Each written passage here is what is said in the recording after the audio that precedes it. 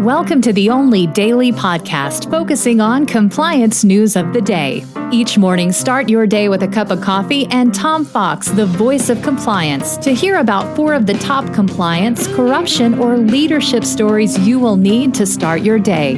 The Daily Compliance News is a production of the Compliance Podcast Network. First, a word from this month's sponsor, Ethico. If you're a compliance officer, middle managers are crucial in getting your programs from you to your frontline employees. But how do we activate those managers and get them on our side?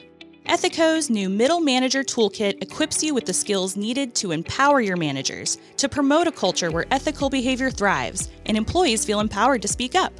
Learn how to turn frontline managers into ethical leaders with our new white paper, Empowering Middle Managers as Ethics Champions. And did I mention you can get the whole toolkit for free? Head to ethico.com to download the full toolkit today. The Daily Compliance News for August 30, 2024, the end of summer edition. And we actually don't have a story on that, but I thought it'd be a great way for us to start our last Daily Compliance News for the month of August, when September and Labor Day bring a new season, at least maybe. Our first story comes to us from the Wall Street Journal in the technology section, which reports that the Brazilian Supreme Court has threatened to ban the platform formerly known as Twitter. Yes, X will be banned from Brazil unless it gets new legal representative for the country. Elon Musk does not seem to understand that U.S. laws do not apply in Brazil or the United Kingdom for that matter, and could be a huge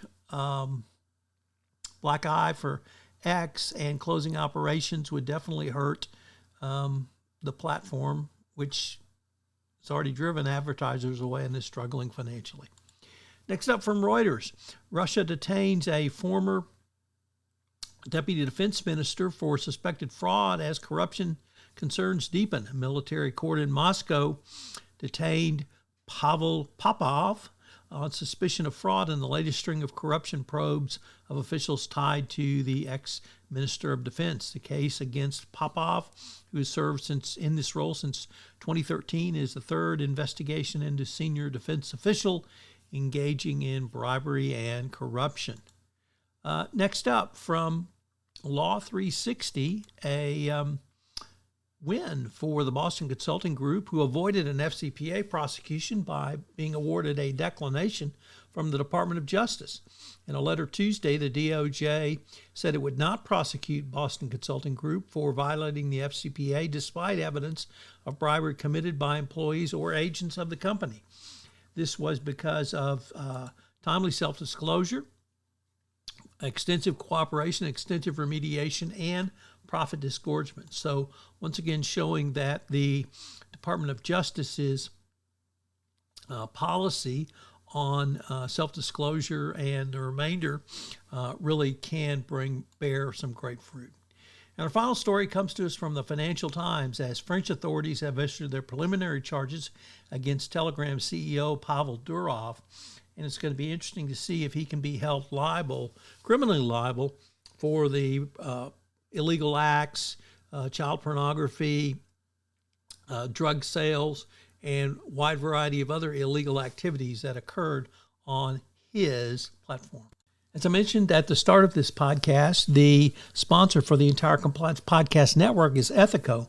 Well, Ethico has a great new offering this month for you, a toolkit for middle managers. This is something that you, as the compliance professional, can use to move your compliance program forward by giving middle managers the skills necessary to answer a call for speak up, or when someone comes in their office and raises a concern. I can't think of a tool that will be more valuable for you in the current era of enforcement. The Daily Compliance News is a production of the Compliance Podcast Network and a proud member of C-Suite Radio. Thanks so much for listening. I hope you'll join me again tomorrow.